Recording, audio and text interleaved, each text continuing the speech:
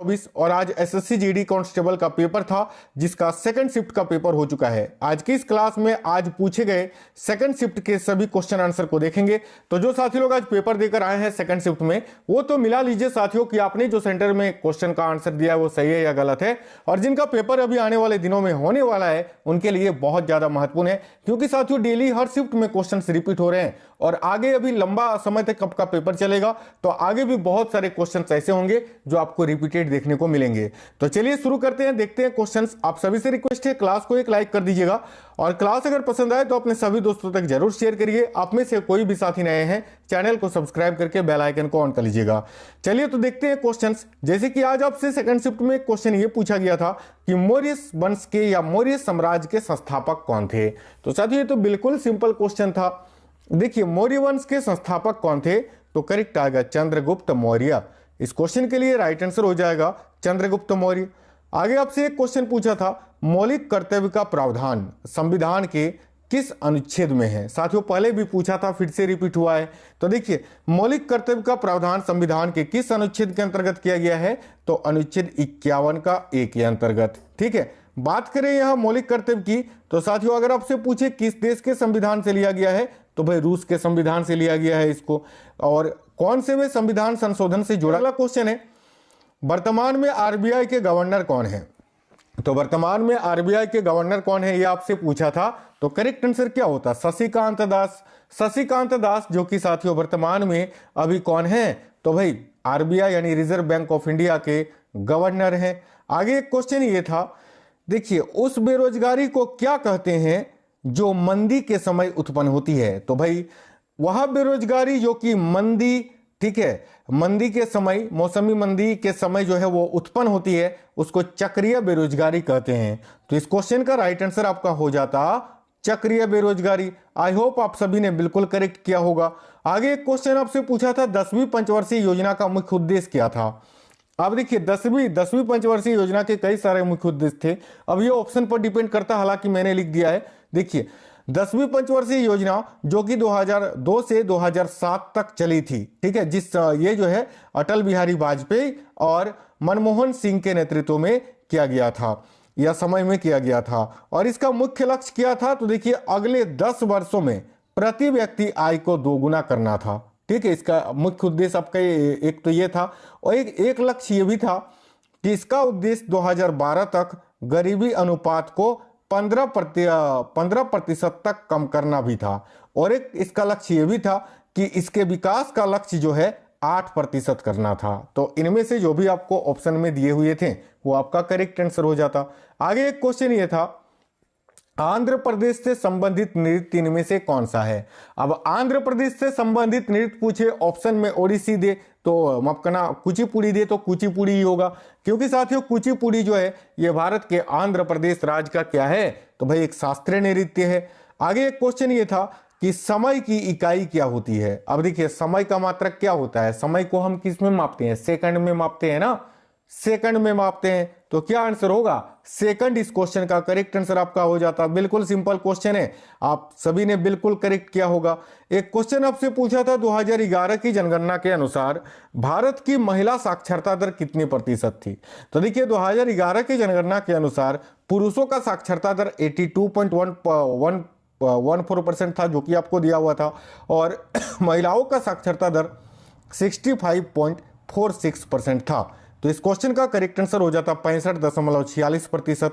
ठीक है, आगे देखिए, आगे आपसे एक क्वेश्चन ये पूछा था कि राज्यसभा में अधिकतम निर्वाचित सीटों की संख्या कितनी हो सकती है। अब देखिए राज्यसभा में अधिकतम सीटों की संख्या तो 250 होती है जो कि कल आपसे पूछा था, और आज पूछा है राज्यसभा में अधिकतम निर्वाचित सीटों की संख्या कितनी हो सकती है, तो भाई 238। तो इस क्वेश्चन का राइट आंसर हो जाता 238।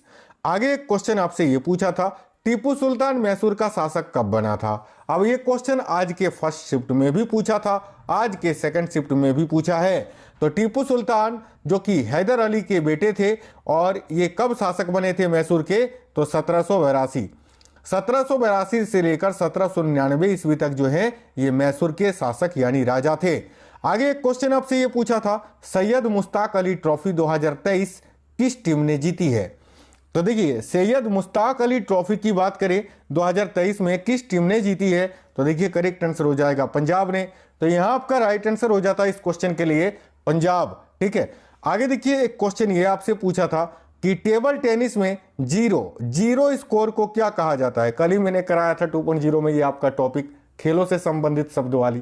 तो इसको लब बोलते हैं। क्या बोलते हैं? लब इस क्वेश्चन का करेक्ट आंसर हो जाता।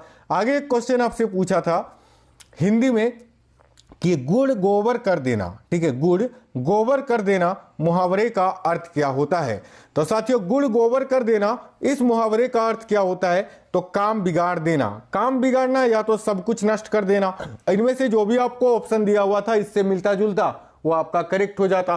साथियों अगर आप लोगों ने अभी तक क्लास को लाइक नहीं किया है तो प्लीज एक लाइक जरूर कर देना और अपने दोस्तों तक जरूर शेयर करना। आप में से कोई भी साथी नए हैं तो देखिए चैनल को सब्सक्राइब करके बेल आइकन को ऑन कर लेना, चाहे आप किसी भी एग्जाम की तैयारी कर रहे हो। एक 5 नंबर का गद्यांश तो आपको साथियों हर शिफ्ट में पूछा जा रहा है और आज जो सेकंड शिफ्ट में गद्यांश पूछा था वो मनुष्य के जीवन के मूल्य पर आधारित था। ठीक है, जो कि 5 नंबर, तो यहाँ आपको 5 क्वेश्चन आप इजीली सही कर सकते हैं। 5 नंबर यानी 10 नंबर जो है आपको यहाँ इजीली इसी गद्यांश से मिल जाएगा।